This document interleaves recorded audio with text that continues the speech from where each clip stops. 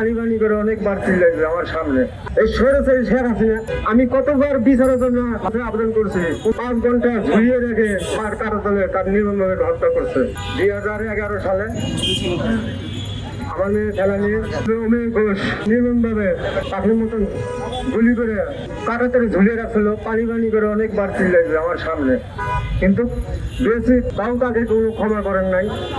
তাকে কিভাবে নির্মমভাবে কিভাবে কষ্ট দিয়ে 5 ঘন্টা ঝুলিয়ে রেখে তার কারাতলে তার নির্মমভাবে হত্যা করছে। আওয়ামী লীগ সরকার থাকতে আমি কতবার বিচারের জন্য কত ভারত আওয়ামী লীগ সরকারের কাছে আবেদন করছি, কোনো বিচার আসার কোনো করেন নাই, খালি আমাকে আশ্বাস দিয়ে গেছে।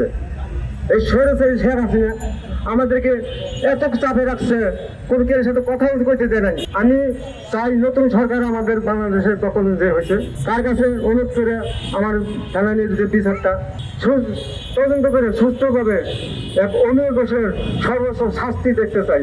আমি এটাই চাই।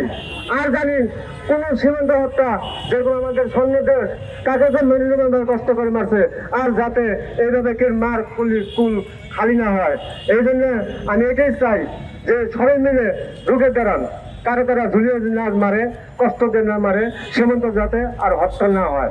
আমি এটাই চাই।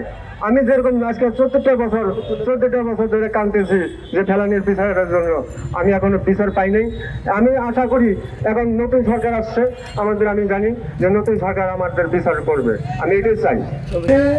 দিল্লি না ঢাকা, ঢাকা ঢাকা, দিল্লি না ঢাকা।